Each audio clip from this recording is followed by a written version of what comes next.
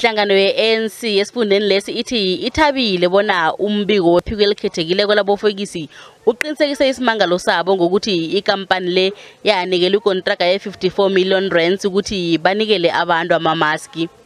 Inhlangano le ithi imali leyo beyingabulungela ukusiza abantu abatlhagako ukuthi baye esikolweni. Lofana kwabelwe ezinye inkampani ezithathukako ukuthi nazo zifumana umsebenzi wokusabalalisa iinsetjenziswa zokukhandela urhatjheko ngokwanele mabhubhisa i-COVID-19.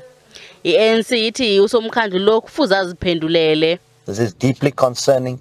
We are calling upon the MEC and the department to make it known publicly what remedial action is going to be taken against the 3 officials who have been mentioned in the SIU report. Clearly, it seems as if one particular company has captured the WCED, particularly with regards to the COVID-19 disaster relief. This is unacceptable. Shafer uthi uzwile ngezinsolo zabanye abosopolitiki mayelana nombiko we-SIU begodwa uthi umbiko lo akenge ufumane izenzo zobukhwabanisi nobukhohlakali mayelana nomnyango wezeFundo esifundeni lesi.